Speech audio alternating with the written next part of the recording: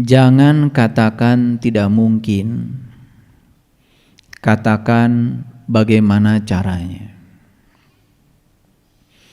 Siapapun yang menghadapi sesuatu dan selalu mengatakan tidak mungkin,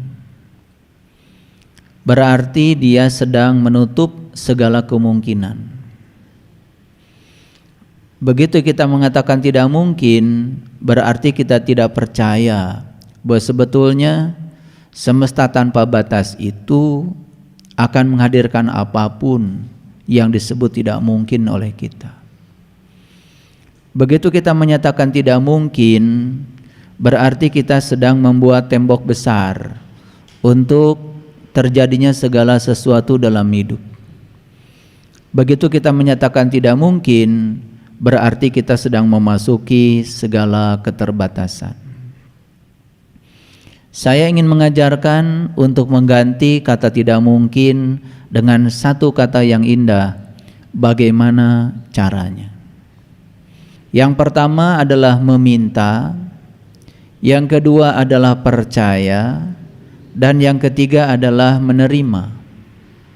Dan semua yang digetarkan di semesta ini akan datang kepada kita sesuai dengan yang kita pikirkan. Oleh karena itu hati-hati dengan pikiran, hati-hati dengan perasaan. Mengapa Allah memberikan perasaan kepada kita? Perasaan itulah merupakan suatu indikator. Perasaan itu semacam quality control untuk mengontrol apa yang sedang terjadi di pikiran. Jadi perasaan ini adalah quality control. Perasaan ini adalah instrumen. Perasaan ini adalah alat yang diberikan Allah untuk memastikan apa yang sedang terjadi di pikiran. Kalau pikiran kita sedang positif, perasaan kita akan positif. Kalau pikiran kita negatif, maka perasaan kita akan negatif. Enak tidak enaknya perasaan itu sedang memberikan ilustrasi tentang apa yang sedang terjadi di pikiran. Jadi kalau di pikiran itu sedang negatif, perasaan negatif, itu buru-buru kita harus mengubah agar dari perasaan yang diberikan itu kita bisa mengubah apa yang ada dalam pikiran. Karena kalau pikiran dibiarkan sedang memancarkan energi negatif, maka pikiran ini sedang menciptakan semesta ini sesuai dengan yang ada di pikiran itu. Dan yang akan hadir dalam kehidupan adalah apa yang ada di pikiran itu. Jadi perasaan itu bukan untuk merasakan, tapi perasaan adalah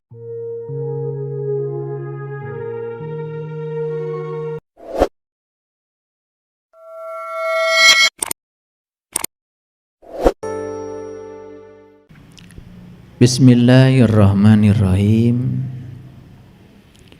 Assalamualaikum warahmatullahi wabarakatuh. Salam sejahtera untuk kita semua. Om Swastiastu, Namo Buddhaya. Salam kebajikan, Sampurasun. Segala puji hanya milik Allah, Sang Kehadiran, Sang Keberadaan, yang selalu menumpahkan cinta kasih-Nya yang tanpa batas pada seluruh makhluk-Nya. Tidak ada satu sel pun dalam tubuh kita yang dibiarkannya, diurusnya, diaturnya, sehingga seluruh sel dalam tubuh kita begitu cerdasnya. Itulah cinta kasih-Nya yang tanpa batas yang selalu diberikan kepada kita. Mereka yang masih mencari Tuhan, itulah kebodohannya sendiri. Tapi mereka yang sudah menyadari bahwa Tuhan bersama dirinya, setiap saat mengurus dan mengatur segala kebutuhannya, itulah ciri orang yang berakal. Oleh karena itu, sebelum kita melanjutkan kajian di pagi yang penuh berkah ini, mari kita sampaikan penghormatan yang setinggi-tingginya sebagai bentuk rasa syukur kita kepadanya, bersama-sama menyampaikan hamdalah. Alhamdulillahi Rabbil Alamin. Mari kita awali kajian kita bersama-sama memohon berkah dan ridho Allah. Semoga Allah mengalirkan pengetahuan sejatinya kepada kita. Semoga kita termasuk para ahli ilmu yang berhak untuk menerima ilmu-ilmu sejati darinya. Kita sapa semuanya dengan kelembutan dan cinta dengan membaca basmalah. Bismillahirrahmanirrahim.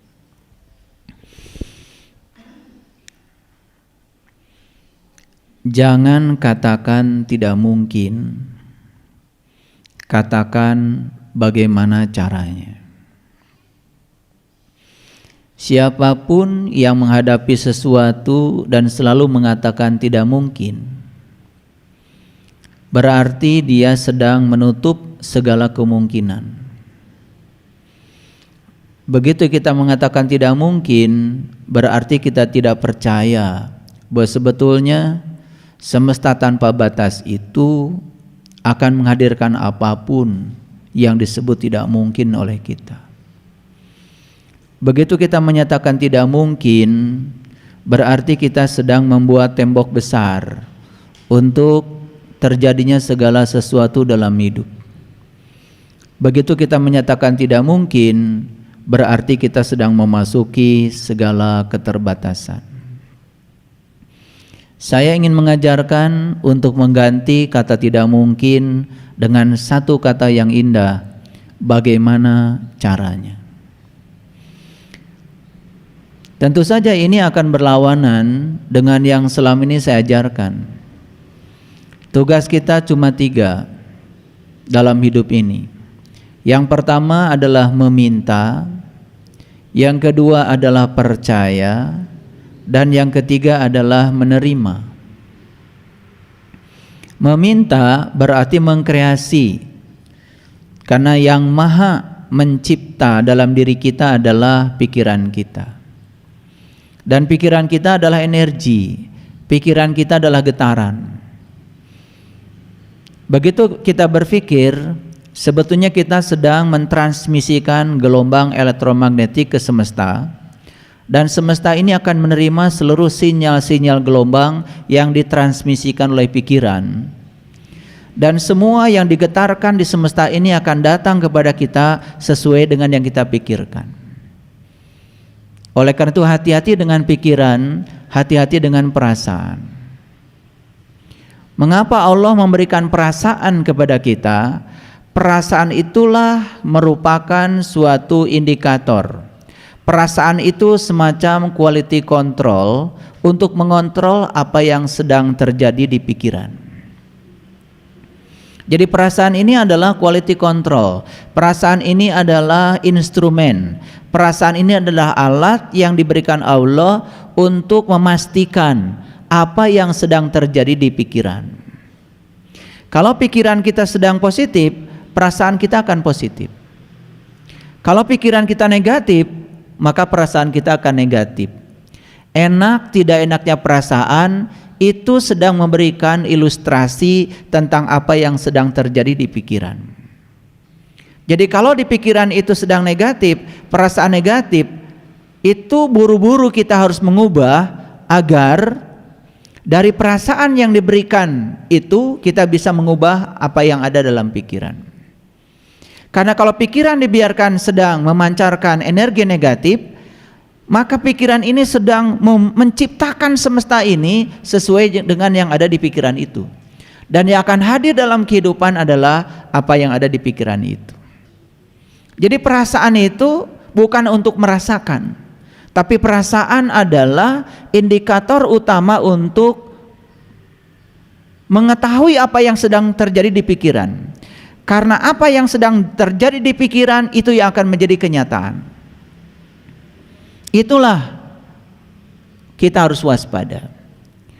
Makanya kunci kesuksesan cuma 3. Yang pertama adalah meminta, yang kedua adalah percaya, dan yang ketiga adalah menerima.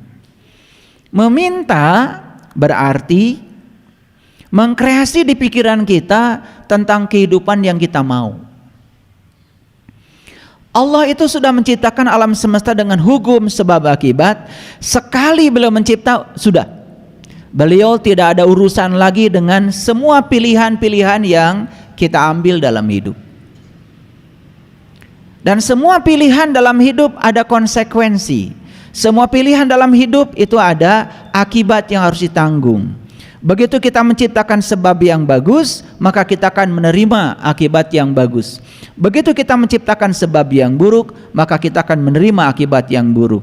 Hanya itu pelajaran dalam hidup. Jadi semua yang baik, semua yang buruk dalam hidup kita tidak ada urusan dengan Allah. Tidak ada urusan dengan Allah. Itu urusan kita dengan diri kita sendiri. Jadi Allah itu menciptakan alam semesta ini memang hanya untuk sarana belajar. Jadi ketika kita mendapatkan yang tidak baik dalam hidup, jangan buru-buru mengatakan bahwa Allah sedang menghukum kita, bahwa Allah sedang mengazab kita. Bagaimana mungkin Allah yang Maha Cinta, yang Maha Pengasih, yang Maha Penyayang kemudian menghukum hamba yang dicintainya? Tidak mungkin. Dan Allah yang semacam itu adalah konsepsi yang keliru dari orang-orang bodoh tentang Allah. Gak mungkin seperti itu. Allah itu hanya mengingatkan supaya kita tambah baik. Allah itu hanya mengajarkan supaya kita waspada. Itu saja yang diajarkan semesta.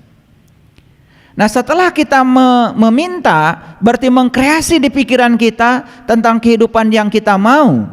Selanjutnya adalah percaya kalau itu akan terjadi. Dan setelah itu kita harus bisa menerima. Menerima itu artinya rasakan seakan-akan apa yang kita cipta itu sudah terjadi dan sudah menjadi realitas dalam kehidupan kita. Itulah teknik berdoa yang sangat canggih. Itulah teknik berdoa yang sangat luar biasa. Kalau ini dipraktekkan, tidak ada yang tidak dapat kita lakukan kalau kita mau. Allah bersama kita, lebih dekat bersama kita daripada urat nadi leher kita. Dia bersama kita dimanapun kita berada. Dia selalu mengawasi kita. Dia tidak pernah jauh meninggalkan kita. Tidak ada yang tidak dapat kita lakukan kalau kita mau. Jadi tugas kita adalah menselaraskan pikiran kita. Tugas kita adalah menselaraskan perasaan kita. Itulah pentingnya pikiran dan perasaan. Tinjau dia dari sudut pandang energi. Setiap energi pasti ada frekuensi. Setiap frekuensi ada vibrasi. Dan semua yang ditransmisikan oleh pikiran adalah gelombang. Setiap gelombang akan merambat, akan meresonansi semua yang di luar gelombang untuk hadir dalam kehidupan kita. Jadi semua yang kita terima dalam hidup kita hari ini hanya sedang mengingatkan apa yang pernah kita cipta di pikiran kita. Dan tidak ada yang terjadi dalam kehidupan kita tanpa undangan kita. Nah, setelah kita meminta, mengkreasi, maka kita jangan berpikir cara. Cara itu bukan wilayah kita. Cara itu wilayah Allah. Nah, kenapa saya memberikan judul hari ini? Jangan katakan tidak mungkin, katakan bagaimana caranya. Mengatakan bagaimana caranya bukan pada dirimu, tetapi mengatakan bagaimana caranya kepada Allah. Karena kita itu tidak punya kemampuan untuk menciptakan cara. Contoh sederhana. Kalau semua orang yang ada di ruangan ini saya ajak, bulan depan kita akan pergi umroh. Ongkosnya 50 juta per orang, bintang 5. Kalau kalian berpikir cara, maka kalian akan mulai melihat saldo yang ada di tabungan hari ini. Dan akan mengatakan tidak mungkin. Kenapa? Karena kita berpikir cara. Jadi tugas kita stop kata tidak mungkin, dan itu mungkin kita berangkat bulan depan. Caranya bukan wilayah kita. Bagaimana caranya? Jangan tanya pada dirimu. Kalau ditanyakan pada dirimu akan keluar jawaban tidak mungkin. Tapi tanyakan pada Allah semesta raya yang tanpa batas. Dia yang punya cara. Tugas kita cuma satu saja. Yes, bulan depan saya umroh. Dan pasti berangkat. Karena begitu kita mengkreasi dan kita percaya dan rasakan seakan-akan kita sudah berangkat, itu tidak bisa dibantah lagi. Sudah menjadi data semesta yang akan terjadi dalam kehidupan kita. Sesederhana itu kalau kita tahu caranya. Makanya banyak orang yang mencibir ya, dari mana uangnya? Saya masih ingat dulu waktu mau bikin masjid ini, kita rapat berkali-kali, dan yang keluar di rapat itu adalah pertanyaan dari mana uangnya. Dan kalau bertanya dari mana uang ditujukan pada orang yang tidak punya uang, yang keluar kata-kata tidak mungkin. Tapi kalau kita percaya bahwa Allah akan bekerja sesuai dengan yang dikreasi oleh kita, kita percaya dan itu seakan-akan sudah terjadi, maka semesta akan bekerja. Dan cara semesta bekerja di luar ekspektasi kita. Sama saja dengan orang yang punya uang 3 juta dan uangnya dipinjam oleh tetangganya. Dan kemudian uang yang dipinjam itu tidak kembali pada waktu yang dijanjikan. Kalau dia berfokus bahwa hidup dia satu-satunya adalah uang 3 juta, itu yang menyebabkan uang itu nggak kembali.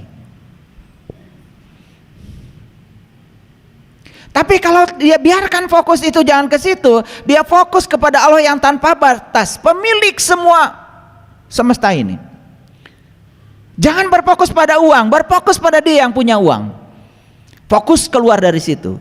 Kemana pikiran dialirkan, kemana pikiran diarahkan, ke situ energi dialirkan. Fokus pada yang lebih besar.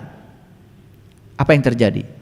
Percaya sama saya, tetangga kita akan punya kemampuan mengembalikan uang 3 juta dan kita akan mendapatkan keberlimpahan yang melampaui uang itu.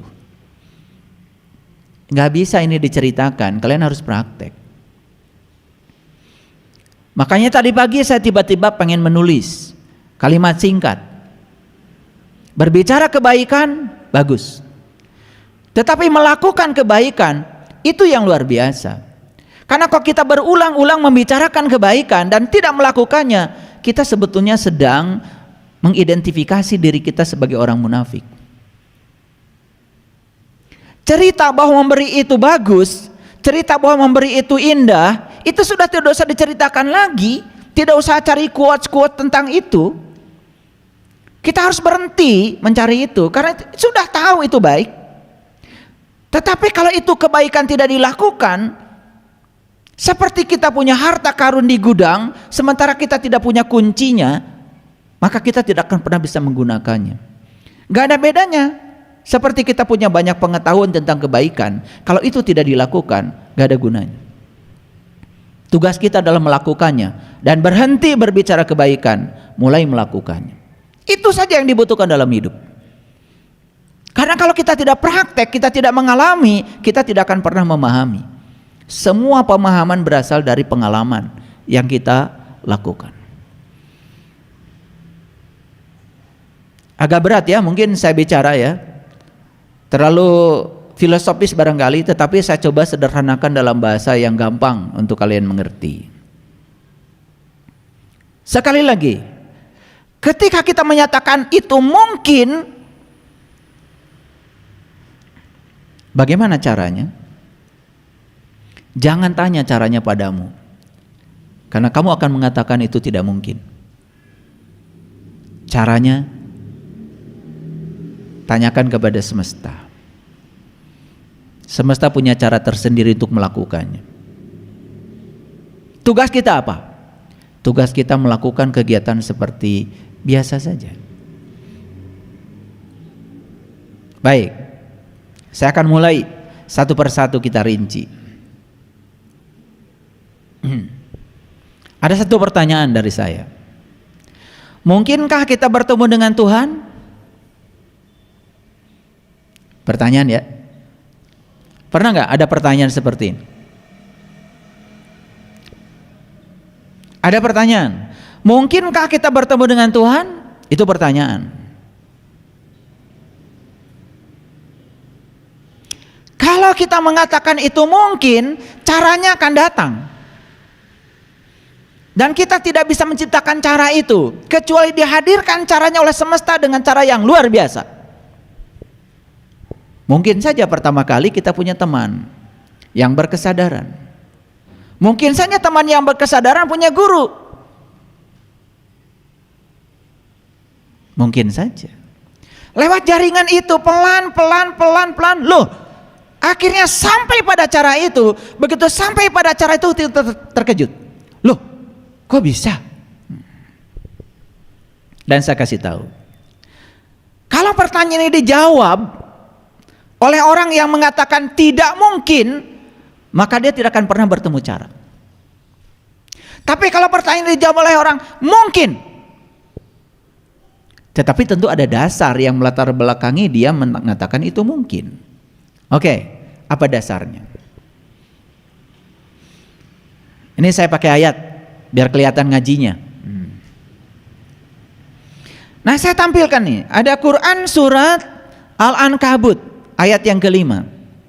Kita baca pelan-pelan ya, supaya teks Arabnya bagus, diterjemahkan ke dalam Indonesianya juga bagus, translasinya tidak terdistorsi.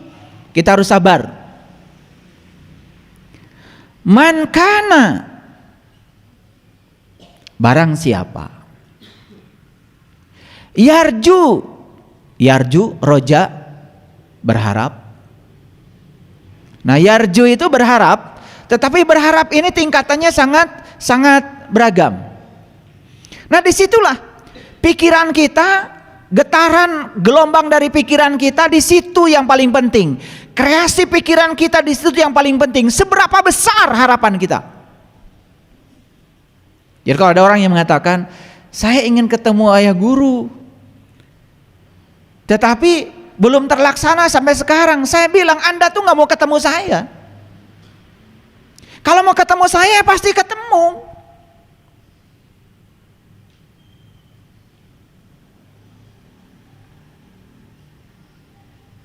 Ya,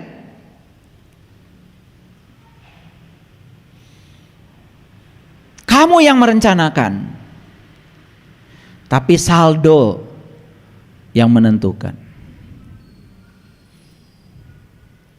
Manusia boleh berencana, tapi saldo yang menentukan, bukan? Iya. Dan siapa yang akan ngisi saldo kita itu?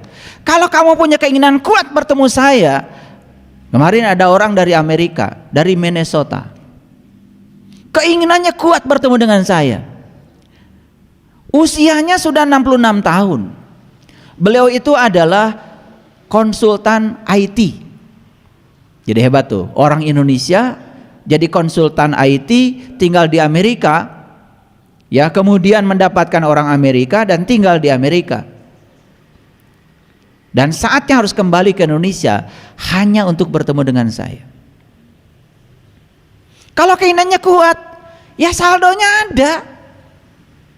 Tapi kalau keinginannya tidak kuat, nggak mungkin ketemu saya. Yang dekat-dekat saja, dekat rumah saya, tidak ada keinginan yang kuat untuk menuju sana, gak akan ketemu saya. Yang ingin ketemu saya cuma perlu beras, ya dapat beras. Yang ketemu saya cuma pinjam uang, ya dapat pinjaman uang. Tapi yang ketemu saya ingin ketemu dengan jati dirinya, akan dapat. Itu yang disebut dengan roja itu. Roja itu tingkatannya sangat banyak. Terserah di frekuensi mana Anda bermain. Kalau Anda bermain di frekuensi tinggi dan harapan untuk bertemu dengan Tuhan luar biasa, percaya sama saya, tidak usah berpikir cara. Karena cara urusan semesta. Baik. Man kana yarju, barang siapa yang berharap liko Allah, berjumpa dengan Allah. Jadi suka atau tidak suka, tidak ada terjemahan dari bahasa Arab ke dalam bahasa Indonesia. Liko itu artinya adalah berjumpa. Jadi saya sangat aneh sekali kalau ada orang alergi dengan kata-kata berjumpa. Aneh. Ini bahasa Arab, ini bahasa Tuhan. Tuhan aja mengatakan berjumpa kok. Terus Anda mau pakai bahasa apa? Walaupun kata perjumpaan memang tidak seperti Anda berjumpa dengan saya, itu teknis. Tetapi kata berjumpa ya berjumpa saja, gak ada terjemahan yang lain. Man kana, barang siapa, yarju, punya keinginan kuat, liqa Allah, berjumpa dengan Allah, fa inna, sesungguhnya ajalallahu la'aj, saatnya akan tiba. Nah saat itu akan tiba, siapa yang ngurus? Bukan kita yang ngurus. Kita dipertemukan si A, dipertemukan si B, dipertemukan si C, tahu-tahu seperti asam bertemu dengan garam. Asam tuh jauh di gunung dan garam tuh di laut. Saatnya bertemu juga di kuali. Sama, ada sahabat kita nih ya dari Ciamis. Ciamis dengan Bandung tentu saja jaraknya sangat jauh. Begitu ada roja, ada keinginan yang kuat di sini, ketemu juga di majelis ini. Sebaliknya mohon maaf, tetangga-tetangga sini yang tidak punya keinginan, gak mungkin dong ketemu saya.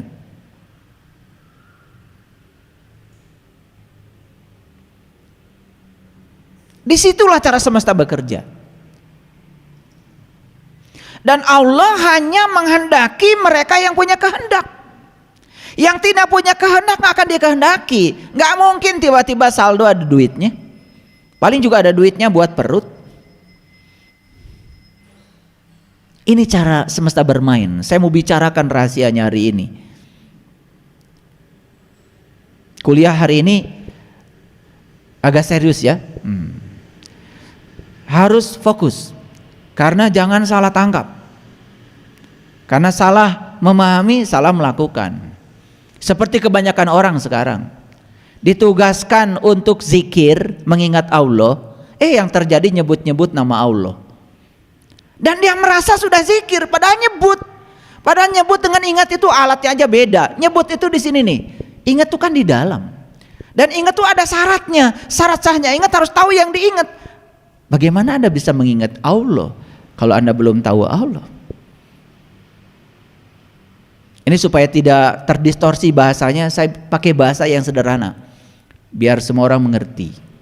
Saya coba mengurangi banyak kata untuk setiap kalimat yang saya ucapkan supaya kalimat yang saya sampaikan itu efektif. Karena orang bicara itu ada dua, ada singkat tidak jelas, ada juga panjang makin gak jelas. Ada tuh orang ngomongnya panjang gak jelas, apalagi singkat tambah gak jelas. Nah yang paling susah itu cari orang yang ngomong singkat dan jelas. Dan untuk mencapai singkat dan jelas, pertama bukan soal pilihan kata. Yang paling penting adalah kata yang kita ucapkan tuh ada energinya enggak. Karena energi berasal dari pengalaman. Itulah yang dikatakan di Quran, man azinalahu rahman wa qala sawaba. Siapa yang tidak dapat izin bicara dari Tuhan yang Maha Pengasih, kata-katanya tidak ada artinya. Makanya ada orang berkata sama katanya, tetapi dampaknya berbeda. Ini soal energi. Yang satu ada energinya, yang satu tidak ada energinya. Yang satu menghunjam, yang satu tidak. Yang satu frekuensi tinggi, yang satu frekuensi rendah. Kita bicara cahaya. Cahaya sama cahaya. Tapi ada cahaya tampak seperti ini, ada cahaya tidak tampak, contohnya sinar X, sinar laser. Cahaya ini dipakai untuk moto, ya paling juga hanya kulit aja yang terfoto. Tapi sinar laser yang frekuensinya lebih tinggi, namanya sama-sama cahaya. Dia bisa menembus kulit dan daging. Bahkan dia bisa mendeskripsikan ketika tulang itu retak, bagian mana saja yang retak. Dia bisa deskripsikan. Ini soal frekuensi. Sama ya, orang mengatakan kata-kata yang sama. Yang ini ada bekasnya, yang ini enggak. Yang ini menghunjam, ini tidak. Ini soalnya soal energi, soal frekuensi. Dialami atau tidak yang dia katakan. Itu aja sebetulnya. Baik, kita lanjut ya. Barang siapa yang berharap jumpa dengan Allah, pasti saat yang dijanjikan itu akan tiba. Kenapa? Wahwas samiul alim, karena dia maha mendengar, dia maha tahu. Oke, kan tadi masih menjawab pertanyaan, mungkinkah bertemu dengan Tuhan? Itu pertanyaannya. Mereka yang mengatakan mungkin, karena ada landasannya. Landasannya apa? Barang siapa yang ingin jumpa dengan Allah, pasti waktu yang dijanjikan itu datang. Dan kalau Allah menjanjikan, kan gak mungkin tidak ngasih caranya. Ulangi lagi, gak mungkin sekelas Allah nyuruh berjumpa dengan dia, kemudian dia tidak pernah ngasih cara. Kan gak mungkin. Gak mungkin banget. Nah kalau kita berpikir cara, pusing. Biarkan cara, itu urusan Allah. Cara yang kita lakukan apa? Ya sudah, silaturahim saja. Bertemu si A, bertemu si B, bertemu si C, terus saja. Nanti juga suatu saat akan ketemu dengan cara itu. Karena kalau cara dipikirkan oleh kamu yang pikirannya terbatas, paling juga kamu akan bilang tidak mungkin, karena kebanyakan orang mengatakan tidak mungkin. Disitulah kesadaran. Ini yang bermain adalah kesadaran. Oke, lanjutkan dulu. Yang berharap akan bertemu. Bertemu apa? Bertemu caranya. Yang tidak berharap, saya katakan tidak mungkin bertemu caranya, karena dia sejak awal sudah mengatakan tidak mungkin. Inilah permainan pikiran.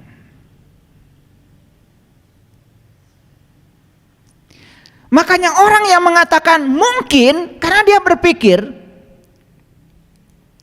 mungkinkah Tuhan berfirman tentang sesuatu yang tidak mungkin?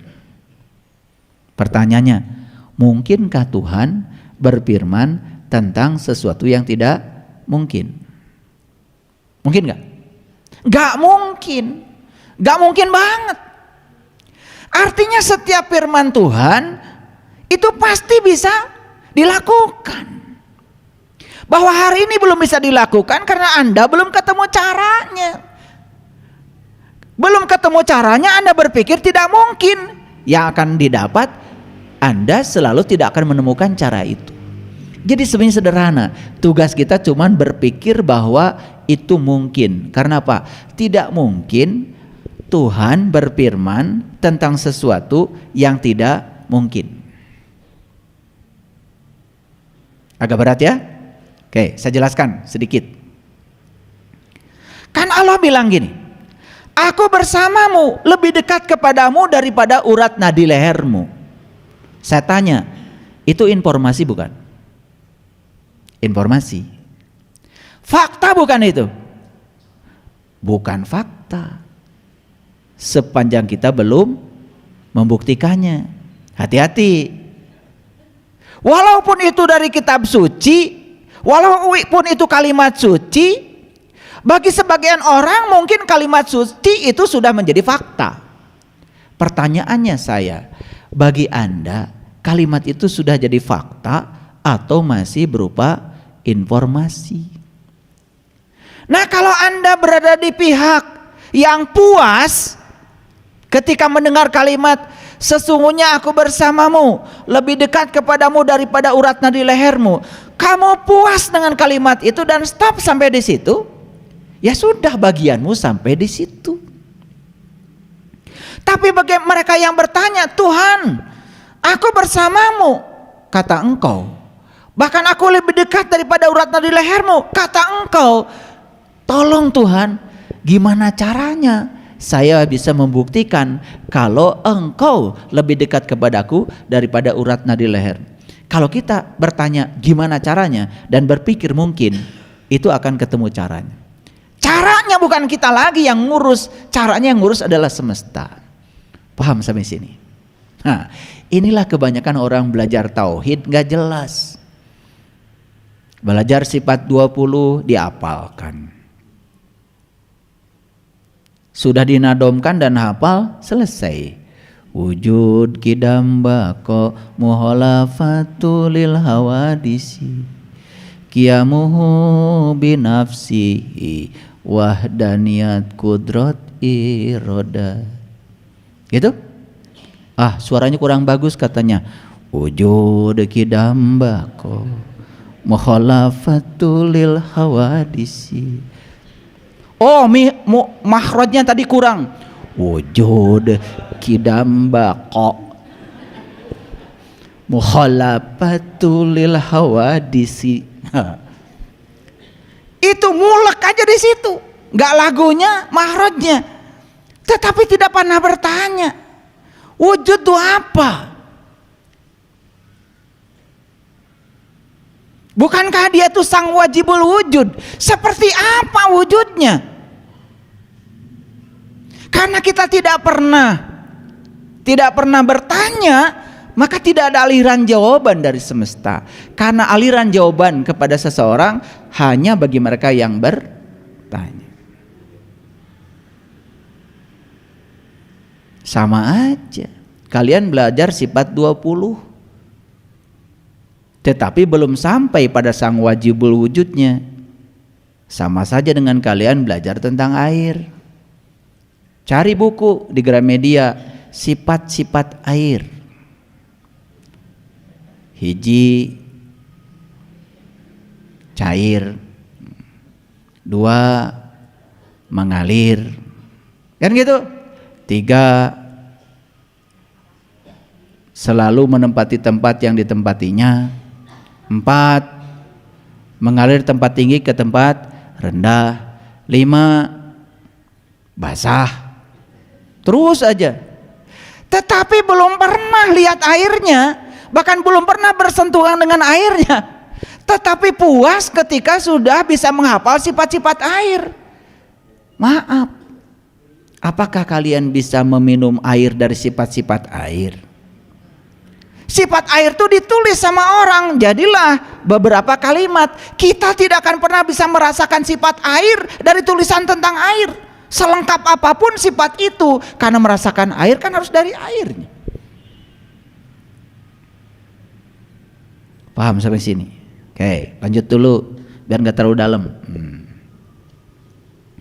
Nah, Allah di Quran mengatakan, barang siapa ingin jumpa dengan Allah, waktu yang dijanjikan pasti datang. Janji bukan Allah, anjuran bukan dari Allah. Maka Tuhan menganjurkan untuk bertemu, pasti dong Tuhan akan ngasih caranya. Nah, itulah sebetulnya kunci pembuka mata kalbu itu sudah diberikan Allah pada semua orang. Semua orang tuh sudah diberi kunci. Ada yang sampai karatan gitu tuh, nggak dipakai kuncinya. Tapi cara menggunakan kunci dititipkan Allah kepada para nabi, para rasul.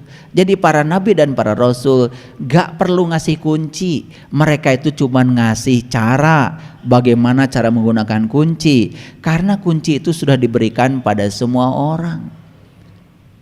Kasih sayang Allah bukan itu? Nih lihat saya semuanya, lihat saya. Allah mengatakan, barang siapa yang ingin jumpa dengan Allah, maka waktu yang dijanjikan itu pasti datang. Gak mungkin Allah gak ngasih alatnya, gak mungkin Allah gak ngasih sarananya. Semua orang sudah dikasih, cuman ada yang bisa menggunakan, ada yang tidak. Nah, yang bisa menggunakan karena dia berpikir mungkin, yang tidak bisa menggunakan karena dia berpikir tidak mungkin. Lalu kuncinya karatan, gak dipakai seumur-umur. Itu aja kok bedanya. Paham sampai sini? Oke. Jadi ingin berjumpa dengan Allah ya sederhana, berpikir mungkin saja dan berharap sekuat frekuensi kita, maka suatu saat kita akan sampai pada waktu yang dijanjikan itu. Paham? Oke. Ini masih judulnya masih sekitar ini. Pertanyaan kedua. Hari ini banyak pertanyaan. Mungkinkah kita tahu tentang ruh? Pertanyaan. Mungkinkah kita tahu tentang ruh? Gimana jawabannya?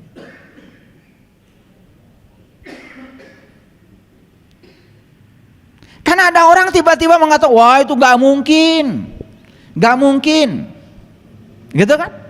Begitu Anda berkata tidak mungkin, maka Anda tidak akan pernah bertemu caranya. Tapi begitu Anda berkatakan mungkin, akan bertemu caranya. Yuk kita lihat dulu pakai ayat biar jelas. Wa yas'alunaka 'anir ruh, dan mereka akan bertanya kepadamu tentang ruh.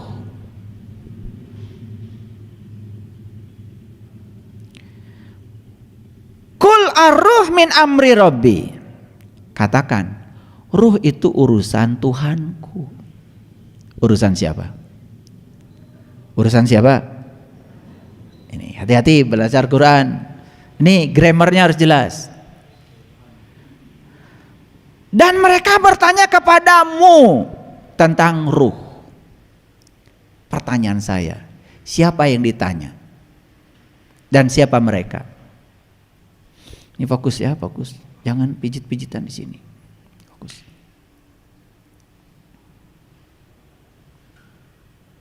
Mau ngaji-ngaji aja.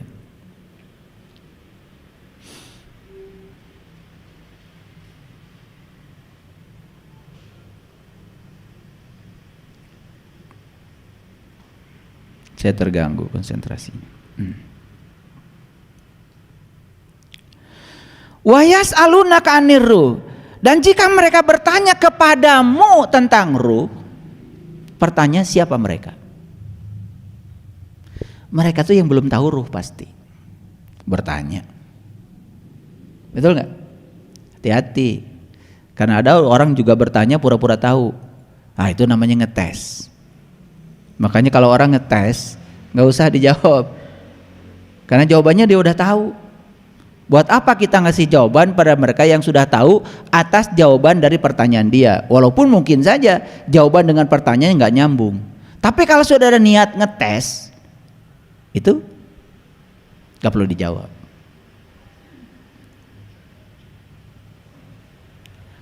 Jadi mereka siapa?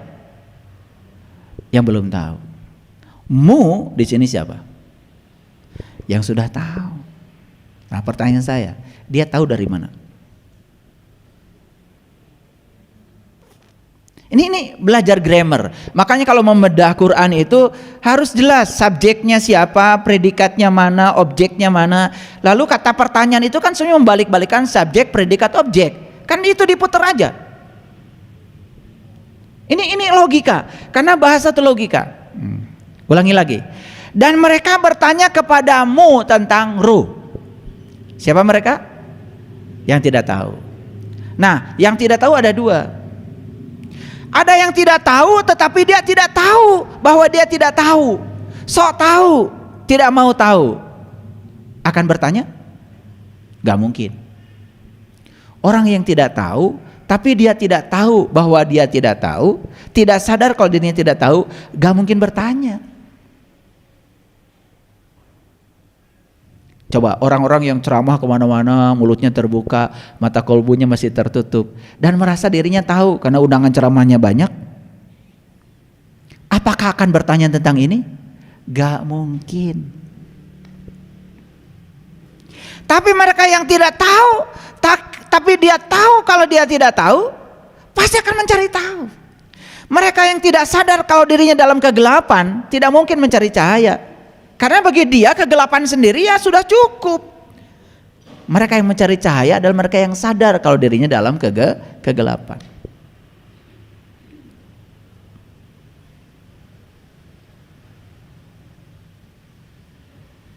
Pertanyaan saya berikutnya, pintar nggak menjawabnya? Orang yang ditanya ini pasti orang tahu dong. Nah, orang yang ditanya yang sudah tahu tentang ruh, dia tahu ruh dari mana? Yuk, dari mana? Lah ada jawabannya di sini. Katakanlah, Qul ar-ruh min amri Rabbi. Ruh itu urusan Tuhanku. Tuhan siapa? Bukan urusan Tuhanmu. Kan kamu belum tahu. Ruh itu urusan Tuhanku. Awas, bukan urusan Tuhanmu. Ini soal logika. Ruh itu urusan Tuhanku. Berarti aku ini sudah tahu Tuhan? Sudah tahu dong. Yang sudah tahu Tuhan tahu ruh. Nah, bukan berarti ayat ini melarang orang tidak boleh tahu ruh. Itu yang konyol selama ini. Karena yang jawab orang konyol. Makanya daripada konyol, kan lebih bagus konyol. Ya manis, enak. Konyol ini kan bahaya. Nah, orang konyol ngajarin orang konyol, nggak tambah konyol, nggak akan jadi konyol. Nah, yang lucu di kehidupan ini, banyak orang konyol ya jadi guru, yang diajarkan sama-sama konyol, bukannya tambah konyol.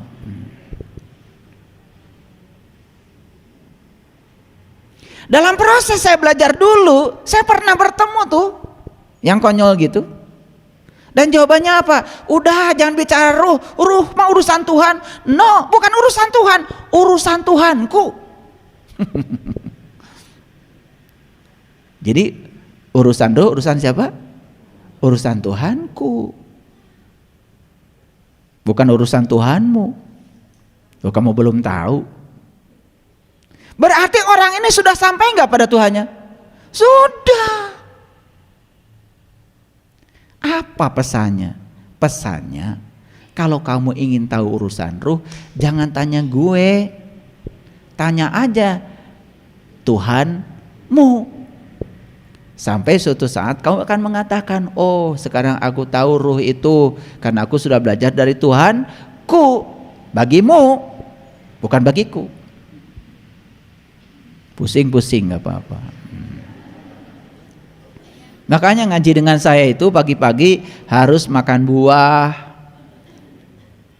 Ini kecerdasan tingkat tinggi. Jadi minum wortel. Ngaji dengan saya jangan makan cilok, nggak nyampe pemikiran.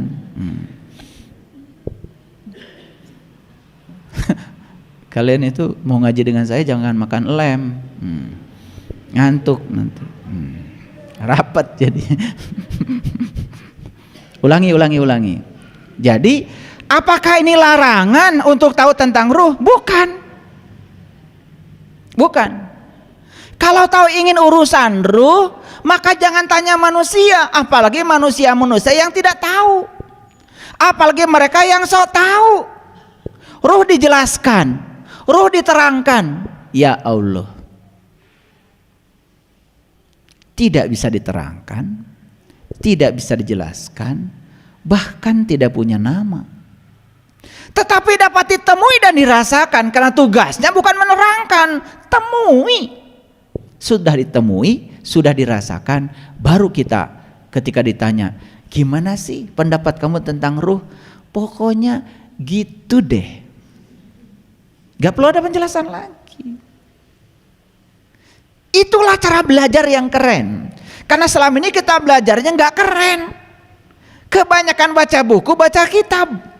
Akibatnya belajar menggunakan logika dan persepsi. Lalu persepsi itu dianggap kebenaran, padahal hanya kebohongan yang diulang-ulang, saking sering diulang-ulang itu dianggap sebagai kebenaran. Paham sampai sini? Jadi boleh nggak bertanya tentang ruh? Boleh, tetapi cara bertanyanya kepada Tuhanku. Jadi kalau ingin tahu rahasia ruh, temui saja Tuhanku. Ku itu bagi saya loh. Bagi kalian ya Tuhanmu. Paham? Makanya kalian selama ini salah nggak belajar. Ingin tahu rahasia ruh, baca buku. Ingin tahu rahasia ruh, diskusi. Itu yang keliru. Disitulah perlunya guru. Jadi seorang guru itu cuma membukakan pintu agar kita bisa menyatu, memanunggal, sehingga mengerti, oh ternyata ruh itu toh. Jadi alam semesta yang tanpa batas ini sudah meniupkan dirinya, bagian dari dirinya pada diri kita. Bagian yang ditiupkan semesta pada diri kita itu namanya ruh. Yang di sini yang tanpa batas tidak diberi nama ruh. Ruh itu bagian dari dirinya yang ditiupkan ke dalam diri kita. Oh itu ruh yang ada bersama saya, daya kehidupan yang bersama dengan saya. Dari situ akan mengerti mana ruh, mana jiwa. Oh ternyata ruh itu ya. Oh ternyata ruh dengan jiwa beda ya. Itu setelah mengalaminya secara sendiri sebagai bentuk pengalaman. Ngerti maksud saya? Nah ini kenapa saya bicara ini, karena penting. Karena terminologi belajar agama selama ini lebih banyak yang disenangi itu adalah penjelasan, bukan pengalaman. Karena apa? Karena yang menjelaskan pun belum tentu bisa mengalami.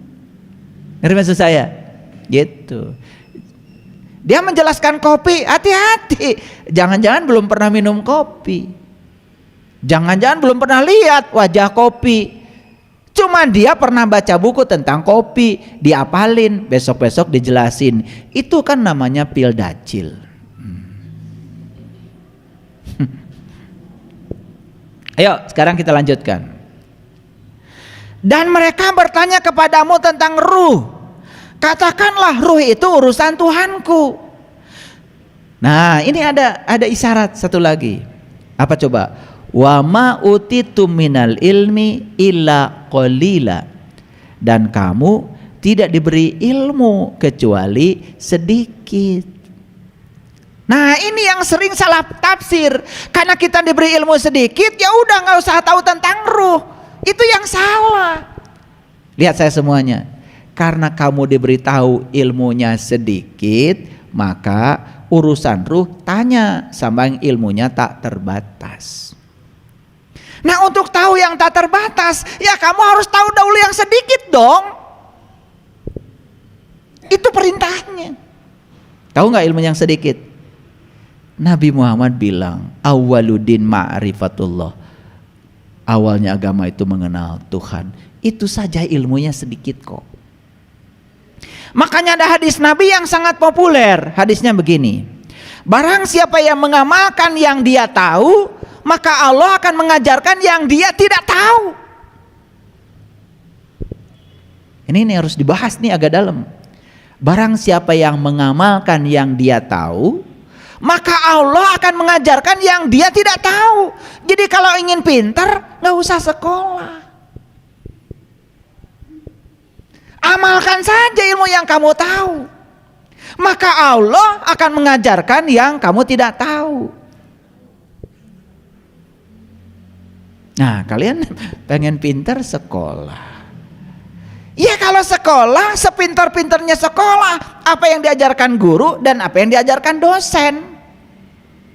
Sepintar-pintarnya sekolah, paling juga cuma tahu apa yang ada di otak guru dan apa yang di otak dosen. Hanya mengulang-ulang yang sudah mereka tahu. Nah ini yang disebut dengan pintar sejati. Kalau pintar sekolah, itu pintar biasa. Mau pintar yang mana?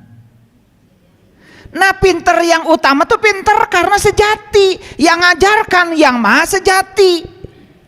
Siapa guru kita? Allah yang maha pintar, nggak akan salah. Makanya saya nggak mau berguru sama manusia banyak persepsi. Kan Allah bersama saya, lebih dekat daripada urat nadi leher saya.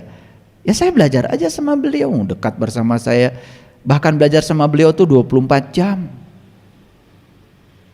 Coba belajar sama dosen. Maaf ya, Pak dosennya sedang sibuk atau sedang tunduh. Allah mah nggak pernah tunduh, nggak pernah ngantuk. 24 jam standby. Rek jam sabaraha diajar menang. Betul? Itu. Jadi kesimpulan dari ayat ini apa? Cari oleh kalian ilmu yang sedikit itu. Ulangi. Cari olehmu ilmu yang sedikit itu. Saya kasih tahu sama kalian. Kalau kalian sudah menemukan ilmu yang sedikit itu, amalkan saja ilmu yang sedikit itu, maka Allah akan mengajarkan apa yang kamu tidak tahu. Maka di Quran dikatakan, ilmu tuh ada dua. Ada ilmu dari manusia, ada ilmu miladun ka ilman. Ilmu yang langsung dari Allah. Mau yang mana? Lah, kalian pengen ilmu dari Allah, yang dicari jelema terus. Kalau ilmu dari Allah ya sudah, cari Allah. Bahkan tidak perlu lagi mencari Allah. Sadari kehadirannya dan temui. Bisa. Loh, tadi kan sudah saya sampaikan, Allah sendiri yang bilang, siapa yang berharap jumpa dengan Allah, waktu yang dijanjikan pasti datang. Masa Allah mengajarkan yang tidak mungkin? Itu. Gimana? Sampai sini ngerti? Jadi tugas kita sekarang ini cari apa? Cari ilmu yang sedikit. Nih saya kasih tahu, kalau kita sudah tahu ilmu yang sedikit, maka kita akan tahu ilmu yang banyak.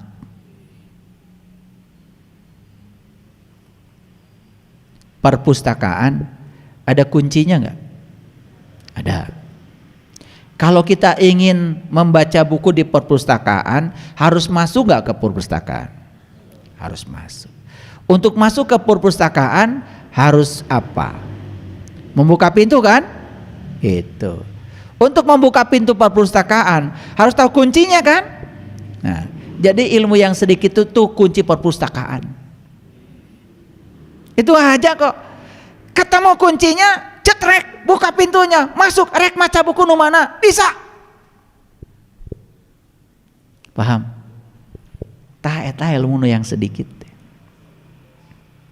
Allah bilang langit dan bumi tidak akan cukup menampung zatku, tapi kalbunya orang yang beriman itulah rumahku. Jadi ilmu yang sedikit apa?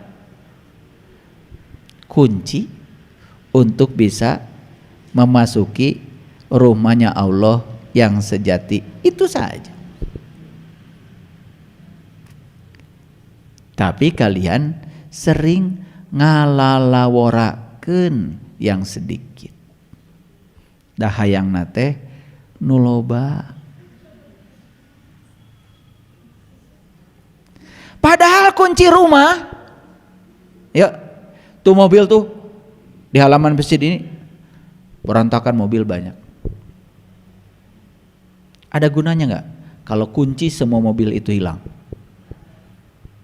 Tetiasa dianggap. Karena kecilnya itu mobil, kunci mobil sering disepelekan. Padahal kalau tidak ada kunci itu kalian nggak bisa masuk mobil, boro-boro mengendarainya. Sama kunci rumah, kecil. Dan kalau itu hilang, kalian tidak akan bisa masuk ke rumah. Kunci untuk meniti ke dalam diri kecil. Silahkan kalian anggap sepele kunci itu, kalian gak akan bisa masuk ke jati dirimu sendiri.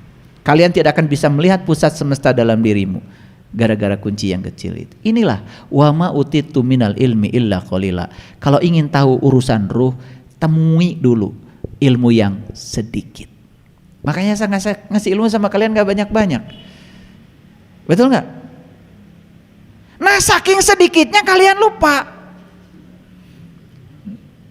Iya, saya sering tanya, kunci taruh di mana? Aduh, lupa.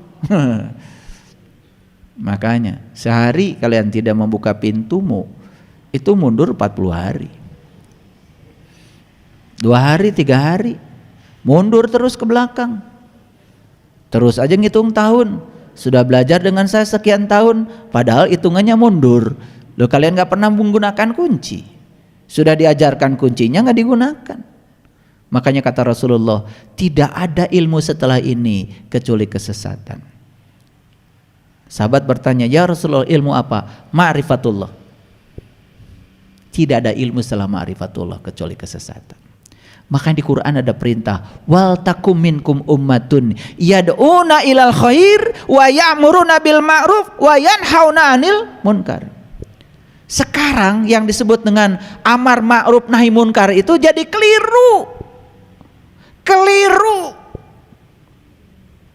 Orang lagi joget-joget, bubarkan.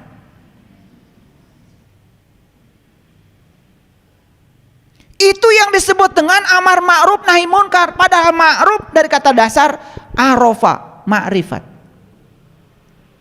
Tugas manusia itu cuma satu, yad'una ilal khair, mengajak manusia ke jalan kebaikan. Jalan kebaikan cuma 2. 1, mengajak orang untuk bermakrifat kepada Allah, ya'muruna bil ma'ruf. Yang kedua, cegah yang sudah makrifat jangan mundur ke belakang. Itu aja kok. Bukan orang lagi dagang bulan puasa hancurkan warungnya. Itu menapsi-napsi. Lalu bikinlah slogan, hormati yang sedang berpuasa. Ya nu sadarna nu mana? Cenah nu puasa teh leuwih sadar tibatan nu teu puasa. Tapi nu puasa menta dihormati ku nu teu puasa. Kan kuduna mah sloganna teh hormati yang tidak berpuasa. Betul nggak? Coba bagusan mana? Hormati orang bodoh atau hormati orang pinter? Hah? Hormati orang bodoh. Dan nu bodoh macan pinter. Apa nu pinter mah pernah bodoh, ngarasakeun.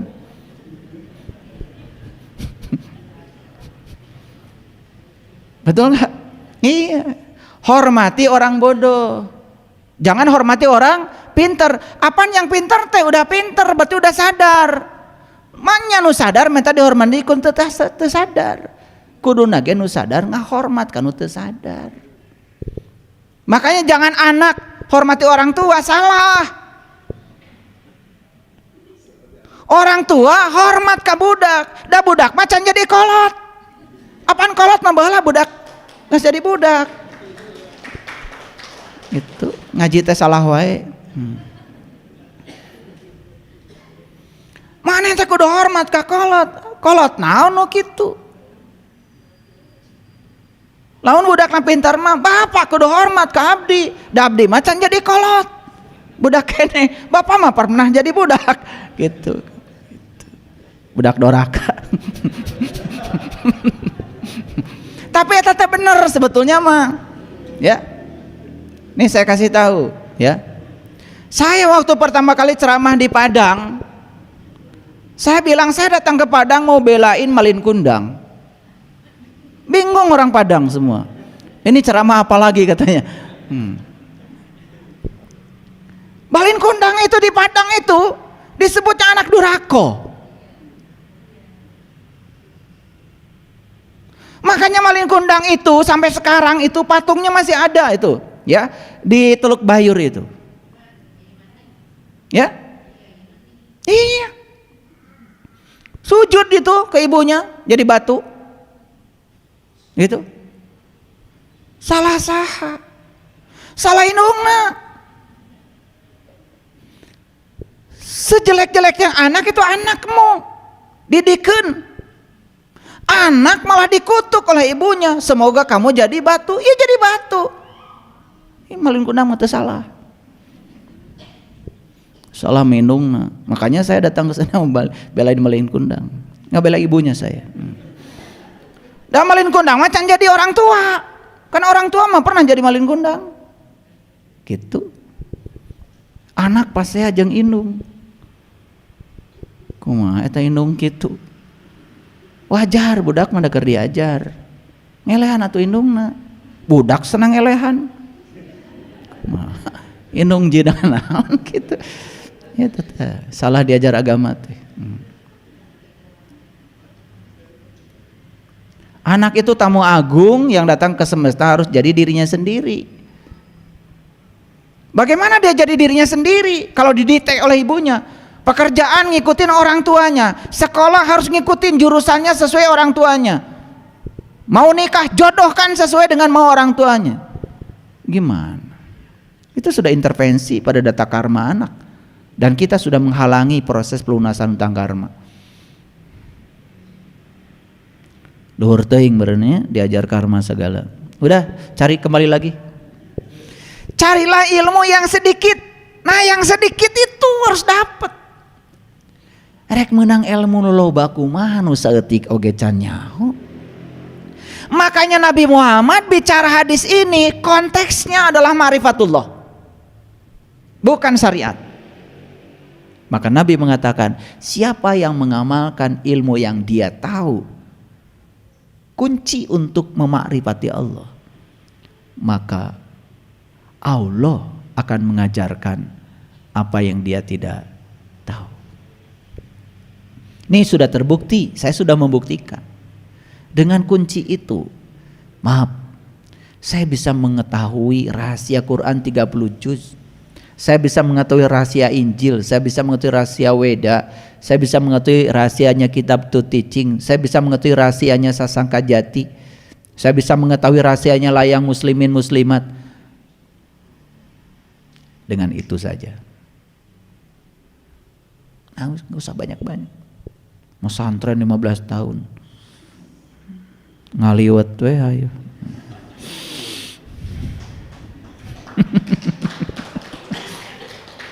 Iya.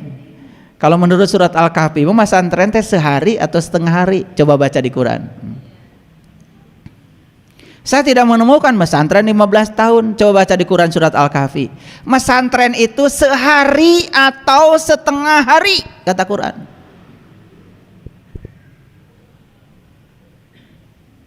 Saya bukan anti pesantren. Kalau betah di pesantren ya silahkan. Kita datang ke dunia ini ngurusi dunia kok. Sehingga gunana tuh hirup teh di dunia teh. Hayo di sasarung gawe henteu. Beas teu boga. Pak, budak can kabayar la ilaha illallah. La ilaha. Beas eueuh la ilaha illallah. Moal bisa beas datang ku la ilaha illallah. Ku gawe beas. Kata aya sukuan beas. Laras duit kita bisa lempang. Itu bisa, kudu dijemput. Boleh baca la ilaha illallah? Boleh. Berapa kali? Ya salumrahna. Itu juga kalau tahu yang dibaca. Karena intisari la ilaha illallah itu sebetulnya hanya menyadarkan kita yang mana di semestinya yang bukan dia. Yang mana yang bukan dia. La ilaha illallah artinya yang mana yang bukan Allah. Yang mana? Yang nyata dia, yang tidak nyata dia. Martabat alam pertama, alam ahadiyah dia. Alam wahdah dia. Alam wahidiyah dia. Alam arwah dia. Alam amsal dia. Alam azam dia, alam insan kamil juga dia. Yang mana yang bukan dia? Makanya Nabi mengatakan siapa yang melihat tetapi tidak melihat Allah di belakangnya, batal penglihatannya. Kita sering batal. Kenapa? Melihat sesuatu cuma sesuatu saja, tidak lihat Allah di belakangnya. Mau baca la ilaha illallah 1000 kali sehari nggak ada artinya kalau masih batal penglihatannya. Makanya orang yang sudah sampai di kesadaran tauhid, la ilaha illallah bukan lagi sebagai ucapan, kesadaran. Teu aya hiji pagawean nu teu aya Allah di belakangna, narima.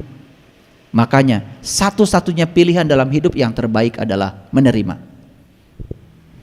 Satu-satunya pilihan dalam hidup yang terbaik adalah menerima. Kalau sudah menerima, lepas.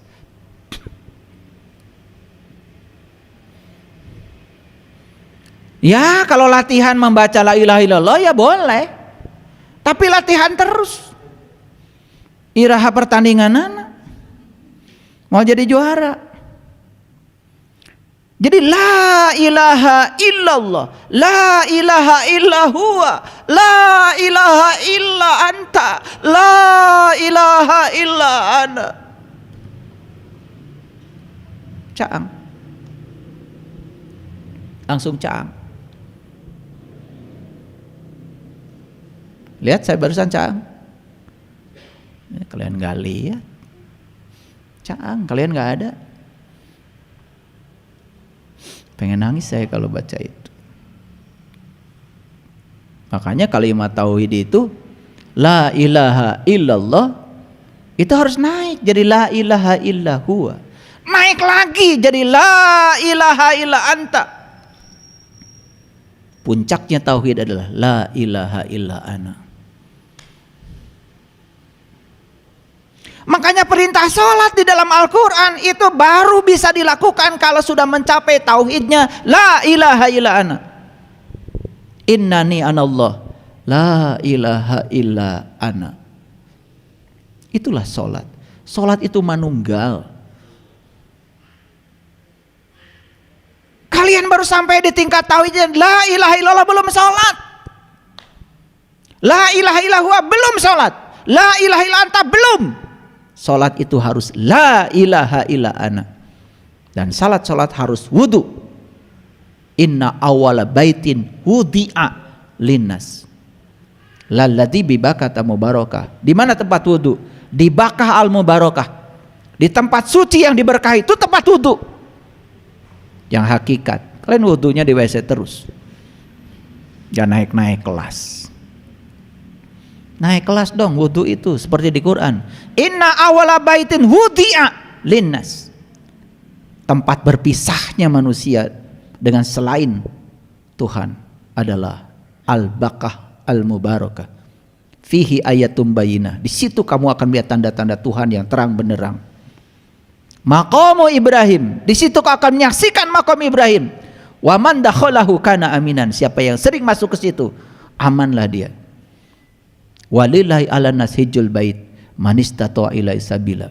Wajib setiap manusia masuk ke rumah itu bagi mereka yang tahu jalannya, bukan yang mampu. Bukan urusan duit di situ. Jangan bangga kalian punya duit, bisa jalan-jalan ke sana. Jalan-jalan ke sana. Kalau tidak menemukan hakikatnya haji, tidak menemukan hakikatnya umroh, buat apa?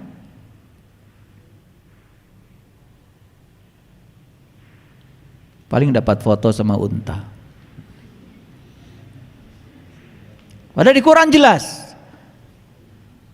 Fa iza afadtum min Arafah fazkurullah. Cirinya orang sudah sampai di Arafah bisa mengingat Allah. Bukan bisa menyebut-nyebut nama Allah. Bisa mengingat Allah. Dan syarat untuk bisa mengingat Allah harus tahu dan kenal kepada Allah. Itulah pentingnya menemukan ilmu yang sedikit. Wa ma utitu minal ilmi illa qalil. Ini ngaji tauhid ya. Sedikit. Tauhid beneran. Bukan ucapan lagi. Makanya Nabi Yunus ketika ditelan ikan mengalami mati sak jeroning urip, masuk kembali seperti saat beliau menyatu di rahim ibunya. Bukan ditelan ikan seperti itu, seperti yang diceritakan banyak orang, gak ngerti aja. Itu pengalaman spiritualnya Yunus saat beliau mengalami la ilaha illa anta. Itu saja baru tingkat la ilaha illa anta. Yang sudah sampai pada tingkat la ilaha illa ana, Nabi Musa. Itu diceritakan di Quran surat Toha. Lengkap itu cerita Nabi Musa. Dan satu-satunya Nabi Musa yang bisa mencapai la ilaha illa ana tepat saat beliau bisa melepaskan kedua terompahnya. Maka di Quran dikatakan lepaskan kedua terompahmu dan kini kamu sedang memasuki al-muqaddasitua. Di situ Musa memasuki rumah suci yang sesungguhnya. Dan saat beliau bisa melepaskan kedua terompah. Apa terompah? Dualitas, benar salah, baik buruk. Kalian masih begitu. Benci sama ini, senang ke sini. Masih begitu. Coba berdiri di antara kebencian dan cinta itu. Jadilah seorang penyayang. Di antara kematian dan kelahiran, jadilah keabadian. Nih lihat napas saya. Kalau tarik napas berarti hidup. Buang napas berarti mati. Jeda di antara tarik dan buang napas, disitulah keabadian. Makanya kalau meditasi sudah bisa merasakan jeda di antara napas masuk dan napas keluar, kamu sudah memasuki keabadian. Tidak akan terjebak oleh kelahiran dan kematian. Itu yang disebut dengan keabadian. Itu rahasianya sederhana kok di sini. Kalau tahu.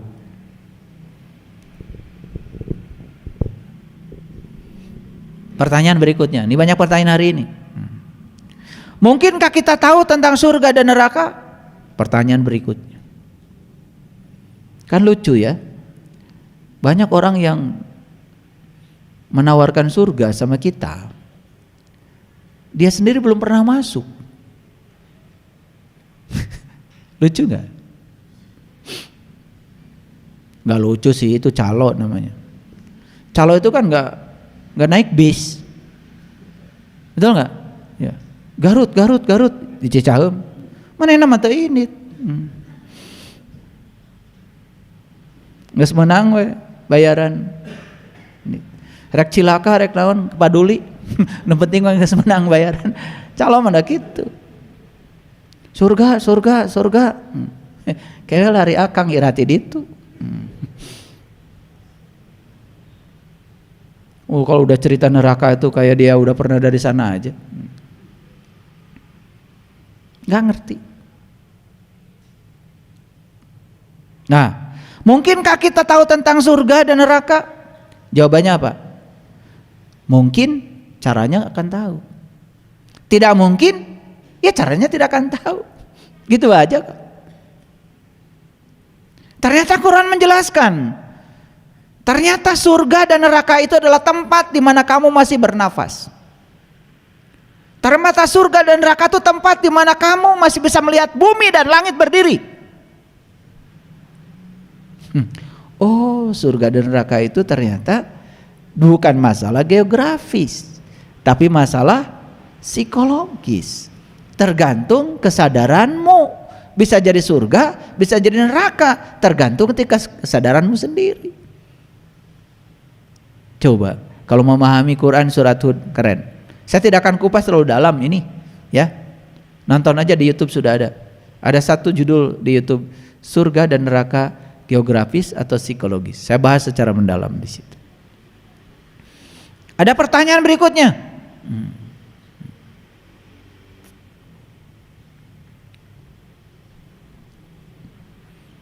Coba, mungkinkah kita menjadi Ashabul Kahfi? Mungkin? Kalau mungkin, akan ketemu caranya. Wah, nggak mungkin, kan Ashabul Kahfi itu dulu.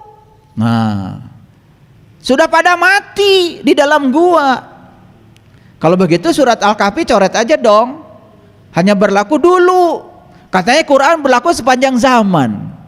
Itu kadang-kadang kalau ngomong tuh nggak saintifik. Saya kasih tahu ya, saya sudah ke Yordan dengan istri saya. Kalau tidak percaya nanti minta fotonya sama dia. Ada fotonya. Kalau saya nggak nyimpan foto. Istri saya lengkap kalau urusan dokumentasi. Lihat di mulut gua itu, segede apa sih guanya? Mungkin kamar ini aja kegedean, kecil, gelap. Udah ke sana, bayarnya mahal. Ternyata yang diklaim sebagai gua Ashabul Kahfi yang di sana itu tidak ada kaitannya dengan gua Ashabul Kahfi di dalam Al-Quran. Itu kebohongan besar.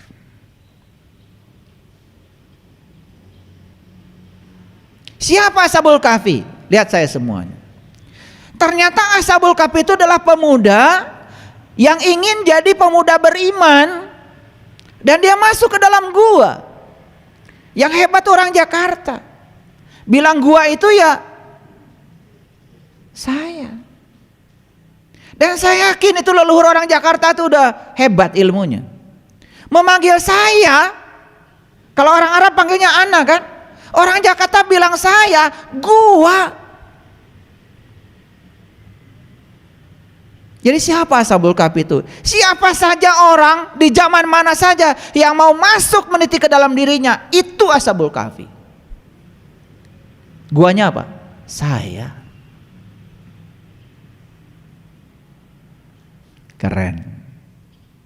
Jadi pertanyaannya, mungkin nggak kita menjadi Ashabul Kahfi sekarang? Mungkin. Bagaimana caranya? Pasti kalian akan ketemu caranya. Akan ketemu pintu guanya, akan ketemu guanya, akan ketemu penghuni gua. Apa yang diceritakan di Quran?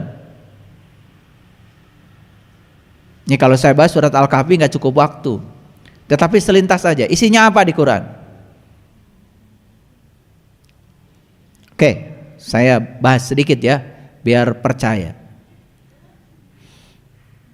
Kita lihat sedikit aja, selintas ya, karena tidak mungkin saya kupas hari ini di sini. Selintas saja. Silakan yang di belakang biar bisa lihat. Kelihatan dari belakang. Ini saya mulai dari ayat 16 dulu. Dan apabila kamu meninggalkan mereka, dan apa yang mereka sembah selain Allah. Lihat saya semuanya. Dan apabila kamu meninggalkan mereka dan apa yang mereka sembah selain Allah. Kamu nih yang mau jadi Ashabul Kahfi, tugasmu adalah tinggalkan mereka yang menyembah yang selain Allah, yang menyembah persepsi, yang menyembah pikiran. Tinggalkan. Sembah Allah, isbatul yakin. Sembah Allah yang nyata dalam dirimu, bukan berdasarkan persepsi, bukan berdasarkan kata orang. Makanya Quran mengatakan, dan apabila kamu meninggalkan mereka, kebanyakan orang yang menyembah Tuhan hanya berdasarkan persepsi. Coba, ada nggak yang ngajarin sama kita? Kalau kamu baik sama Allah, maka Allah akan baik sama kamu. Kalau kamu tidak baik sama Allah, Allah akan mengutuk kamu, mengazab kamu. Ada nggak yang ngajarin gitu? Banyak. Percaya. Oh dulu. Masa Allah tersinggungan? Masa Allah baperan kayak kamu?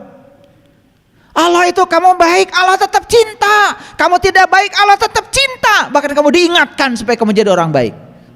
Gak ada kutukan, gak ada azab. Allah macam apa tersinggungan begitu? Kan yang tersinggungan kamu. Kalau orang baik sama kamu, kamu baik sama orang. Orang tidak baik sama kamu, kamu juga judes sama orang. Yang punya sifat begitu kamu, bukan Allah. Lu Allah disifati seperti sifatmu. Gak kurang ajar tuh sama Allah. Kurang belajar. Dan apabila kamu meninggalkan mereka dan apa yang mereka sembah selain Allah, maka carilah tempat berlindung ke dalam gua. Jadi mau berlindung tuh ke dalam gua, ke dalam gue, ke dalam saya. Itu satu-satunya tempat berlindung, ke situ, bukan ke Yordan. Berarti ongkos. Niscaya Tuhanmu akan melimpahkan sebagian rahmatnya kepadamu dan menyediakan sesuatu yang berguna bagi urusanmu. Percaya sama saya. Kalau kamu jadi Ashabul Kahfi, meniti ke dalam diri, masuk ke dalam gua yang tiada lain adalah dirimu sendiri. Kamu akan bertemu dengan jati dirimu yang sebenarnya. Di situ kamu akan menemukan sejati dirimu. Keren gak ayat ini? Baru satu ayat.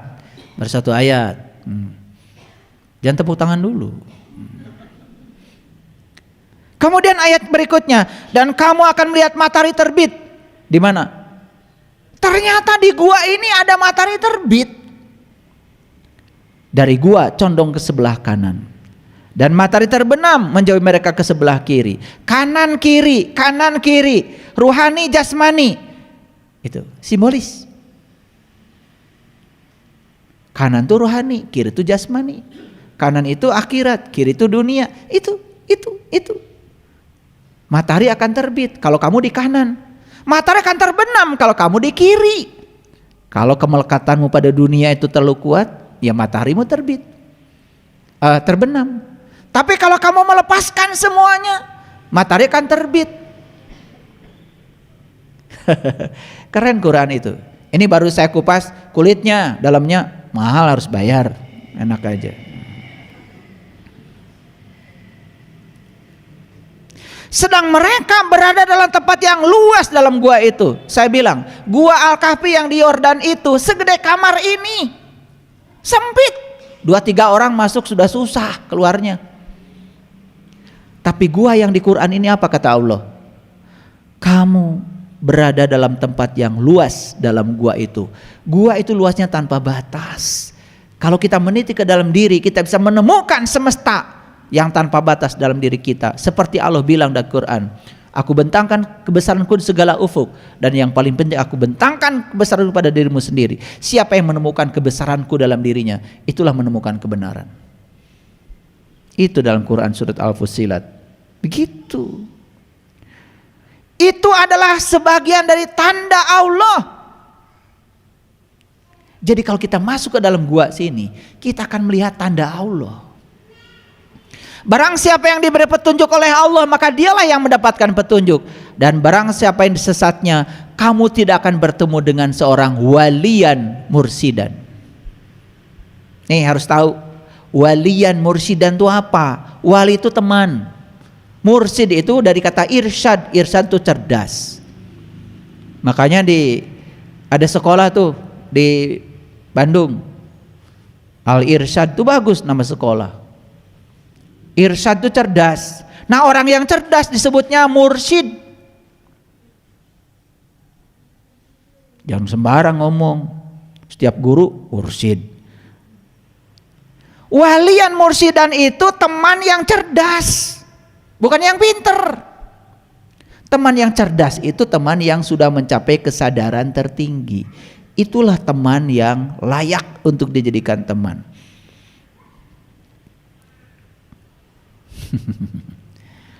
Lihat saya semuanya. Barang siapa yang ditunjuki oleh Allah, maka dia akan mendapatkan petunjuk. Tapi barang siapa yang disesatkannya, sampai mati pun tidak akan bertemu dengan waliyan mursidan. Disitulah kita harus ketemu dengan teman yang cerdas. Siapa? Yang bisa memimpin kita memasuki gua yang sebenarnya. Yang bisa mengajak kita memasuki gua menjadi ashabul kahfi. Kita lihat sedikit lagi. Dan kamu mengira mereka itu bangun. Siapa mereka? Ashabul kahfi. Ketika masuk ke dalam gua, gak bangun, dia tidur. Gak ingat apa-apa yang di dunia ini. Dia mencapai la ilaha illa ana. Gak ada identitas dirinya. Itu yang disebut dengan fana. Padahal mereka itu tidur. Berapa lama tidurnya? Tidurnya 300 tahun dan ditambah 9 tahun. Bukan 309 tahun, 300 tahun dan ditambah 9 tahun. Hebat. Makanya kalau baca, jangan dari kiri ke kanan. Kalau dari kiri ke kanan tuh baca huruf Latin. Arab dari kanan ke kiri bacanya. Baca 9-nya dulu. Setelah 9 baru 003. Makanya 9 diabadikan menjadi songo. Wali songo. Temukan temanmu yang 9. Di mana? Di dalam dirimu. Baru kau bisa 0, kau bisa 3. Nurullah Muhammad Nur Insan, manunggal. Kamu akan ketemu jawabanmu terhadap ruhku tadi. Gitu. Pusing-pusing sekalian. Sedang anjing mereka mengunjurkan kedua lengannya di muka pintu gua. Tuh, kedua lengan anjing mengunjur di muka pintu gua. Subhanallah. Bukan anjing yang di Yordan, udah mati. Anjingnya masih hidup sekarang. Dan kedua lengannya mengunjur di muka pintu gua. Subhanallah. Lihat. Demikianlah kami bangunkan mereka. Setelah mereka berhasil masuk ke dalam gua, dia sudah bangun, lalu keluar dari gua. Saling bertanya di antara mereka sendiri. Berkatalah salah seorang di antara mereka, sudah berapa lamakah kamu berada di sini? Mereka menjawab, kita berasa di sini sehari atau setengah hari. Itu yang saya bilang tadi, mesantren yang benar tuh sehari atau setengah hari. Kalau ketemu dengan waliyan mursidan, nggak usah lama-lama. Lama-lama ngabako. Lihat ayat selanjutnya. Tuhan kamu lebih mengetahui berapa lamanya kau berada di sini.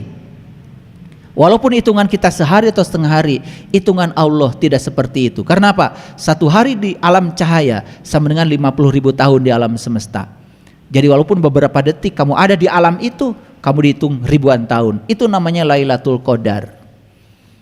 Yang suka kamu tunggu setiap 10 Ramadan terakhir, kamu dapatnya Lailatul Qadar. Qadar mulu. Angin berhenti bertiup, gelombang berhenti, gimana? Angin sendiri udara yang bergerak. Rek eureun kumaha? Itu belajar sains enggak jelas. Lihat ayat berikutnya. Maka suruhlah salah seorang di antara kamu pergi ke kota, nyaba. Gitu. Makanya di Bandung ada namanya dayeuh kolot. Di Jakarta ada namanya Kota Tua, keren. Bahasa Arabnya Baitil Atiq, kota tua. Tah eta nu kudu disorang ku urang. Nyaba ka kota. Paham? Ini kalau dibahas. Sebenarnya saya kan tidak mau kaji surat Al-Kahfi. Ini contoh. Contoh aja. Lihat semuanya di sini. Jadi siapa Ashabul Kahfi? Siapa saja yang mau meniti ke dalam diri, dia adalah seorang pemuda. Kok bukan pemudi? Karena pemuda lambang dari laki-laki, laki-laki lambang dari rohani, perempuan lambang dari jasmani. Karena meniti ke dalam diri tidak bisa menggunakan jasmani. Makanya digambarkan dalam Quran, Nabi Yusuf mimpi melihat 7 ekor sapi betina yang kurus-kurus menelan sapi betina yang gemuk-gemuk. Selamat berpikir. Nggak saya jelaskan. Kalau mau dijelaskan itu harus di acara khusus, bayarnya khusus. Mengapa untuk menjadi orang beriman harus masuk ke dalam gua? Kan sebetulnya ayat Quran tadi mengatakan, ya, jika kamu ingin jadi orang yang beriman, masuklah ke dalam gua. Jadi syarat jadi orang beriman tuh masuk ke dalam gua. Bertemu siapa? Ya bertemu yang mau diimani. Maka di Quran dikatakan falyabudu rabb hadzal bait. Jangan sembah rumahnya, sembah yang punya rumah. Imannya cuma ngaku-ngaku doang. Tiap hari berdandan aja. Iman jadi pakaian. Saya tidak anti dengan pakaian, bagus kalian rapi-rapi. Tapi jangan mengatakan kalau sudah pakaiannya begini udah jadi orang beriman. Iman itu kalau sudah tahu yang kamu imani. Ayo saya tanya, iman gak sama Allah? Emang udah tahu Allah? Gitu. Iman gak sama malaikat? Emang udah tahu malaikat? Gitu. Iman sama kitab? Emang sudah tahu kitab? Iman sama hari kebangkitan, emangnya sudah tahu hari kiamat itu apa? Jadi iman itu harus tahu. Iman itu harus merasakan, iman itu harus mengalami. Maka kata Nabi, al iman tasdikun bil qalbi wa ikrarun bil lisan wal amalun bil arkan. Kumaha iman jadi percaya? Saya tidak menemukan di teks manapun iman percaya. Dan kalau iman diartikan percaya, kan percaya juga kudu aya buktina. Manya percaya kurcek jeung cenah beja wungkul. Kalian mah percaya teh cek jeung cenah, da bejana kitu. Percaya ayana Allah, percaya. Ya percaya ayana mah percaya. Tapi kan Quran mengatakan kamu aku ciptakan itu untuk satu tujuan. Untuk mengabdi kepadaku. Bagaimana mengabdi kepada Allah kalau kita nggak tahu dan kenal kepada Allah? Ayo saya tanya nih. Cari kerjaan dulu, cari majikan dulu. Kerjaan dulu, majikan dulu. Ya majikan dulu. Kalau cari kerjaan dulu silahkan. Tuh, pabalatak turun tah. Sabulan gawe bingung, erek nagih ka saha. Ya. Jadi bodoh tuh jangan dikukut ya. Rada pinter atuh saeutik. Pertanyaan berikutnya. Mungkinkah kita dapat menyaksikan tanda Tuhan yang paling besar? Bagaimana caranya? Jawabannya apa? Mungkin akan ketemu caranya. Begitu bilang, wah nggak mungkin, ya nggak akan ketemu caranya. Coba kita lihat ayat ini. Walaqad ra'ahu nazlatan ukhra, dan sungguh kamu akan melihat dia kapan saja kamu mau. Jadi melihat dia itu kapan saja kamu mau, bisa. Inda sidratil muntaha, asal tahu aja. Kamu melihatnya di puncak kesadaranmu, sidratil muntaha. Indaha jannatul ma'wa, Di situ kamu akan melihat taman yang sangat indah. Jannah itu taman. Idyagsha sidrati ma yagsha. Ketika Sidratul Muntaha ditutupi oleh sesuatu yang menutupinya. Praktek. Ma zagol basyaru wa ma tagha. Dan saat kamu berada di situ, di puncak kesadaranmu, kamu akan menyaksikan dia. Dan saat kamu menyaksikan dia menggunakan basyar, penglihatanmu, kamu tidak bisa berpaling dari yang kamu lihat. Laqad ra'a min ayati rabbihil kubra. Sungguh kamu ro'a telah melihat min ayati tanda Tuhan rabbihi al kubra. Gitu. Mungkin. Karena ayat mengatakan begini, kamu akan bisa menyaksikan tanda Allah yang paling besar dalam dirimu. Mungkin. Akan ketemu caranya? Ketemu. Kalau mungkin. Tapi kalau dari sini, wah nggak mungkin. Jadi sekali lagi, jangan pernah mengukur sesuatu dengan ukuran kebodohan kita sendiri. Kalau dalam soal ilmu, saya bilang tadi, cara itu akan datang dengan sendirinya, pada waktunya, di luar ekspektasi kita sendiri.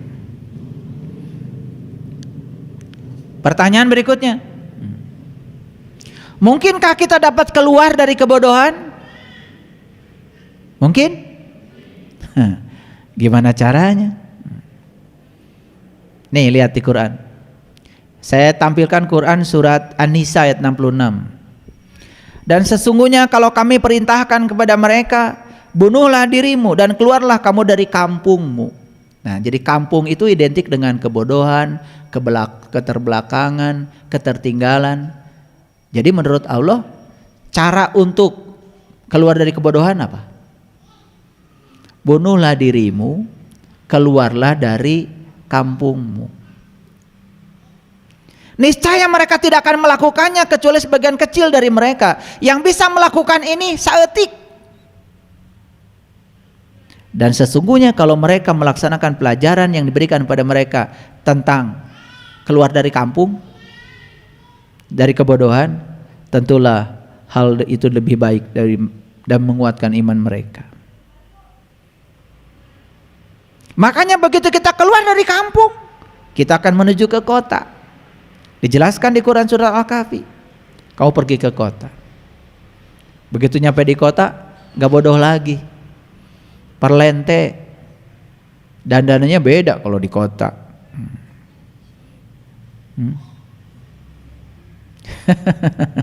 Di kota tetangga beli TV, tahu nggak? Tetangga beli TV tahu nggak? Boro-boro beli TV, tetangga beli mobil aja nggak peduli. Orang kota. Di kampung tetangga beli radio sadesa, apalun. Di kampung saya beli TV dulu ya. Zaman belum ada pemancar, belum. Jadi malam-malam saya putar TV itu, siram bungkul sedesa yang nonton. Wah. Begitu siramna aya ngalangkang saeutik, keprok. Kalangkangna padahal. Saya waktu itu membayangkan gimana kalau tahu wajah aslinya artis itu ya. Orang di kampung saya tepuk tangannya kayak apa? Wah, udah pakai pemancar itu, antena itu tilu leunyeur awi teh kaluhur. Wah, da di luhuran kada kumaha tuh da aya gunung. Susah. Ya tapi aya ngelembang saeutik cenah Muhammad Ali. Oh kan. Pada gerakna kieu, pokona asal geraknya Muhammad Ali. Barjeng teu saha eta teh. Tapi udah bahagia orang di desa mah. Nah, saya bukan mau menjelekkan orang di desa. Cuman di desa itu biasanya ya apapun berita nyebarnya gampang. Kalau di kota kan orang luar terisolasi. Mohon maaf. Ya. Sama seperti kita. Kalau belajar agama, kalau lihat kesalahan orang tuh gampang banget. Gampang, menjustifikasi itu gampang. Maka digambarkan di Quran itu orang-orang yang bodoh digambarkan dengan orang kampung. Di Quran.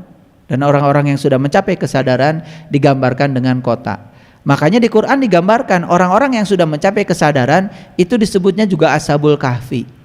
Jadi Ashabul Kahfi bukan pemuda di masa lalu. Ashabul Kahfi selalu ada setiap zaman. Kalau kalian mau jadi Ashabul Kahfi sekarang, yuk masuk ke dalam gua.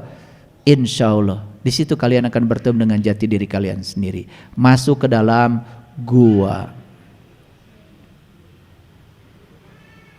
Nah dari tadi pagi saya terus cerita yang tidak mungkin. Ternyata semua yang kita sebut tidak mungkin itu bisa diubah menjadi mungkin. Dan begitu dirubah menjadi mungkin, maka caranya akan datang dengan sendirinya. Mungkin ada yang tanya ya, gimana caranya masuk ke dalam gua? Ya tentu saja saya tidak jelaskan di sini. Tapi saya bisa membimbingnya kalau ada yang mau. Saya antar ke kota. Di kota itu rame, luar biasa, penuh dengan sukacita dan kebahagiaan. Kalau tahu ilmunya, tahu caranya. Baik, kesimpulan, jangan berkata tidak mungkin, tapi berkatalah bagaimana caranya. Dan cara jangan ditanyakan pada kamu, tanyakan pada Sang Semesta, pemilik semesta tanpa batas ini. Maka cara itu akan datang dengan sendirinya. Terima kasih. Assalamualaikum warahmatullahi wabarakatuh.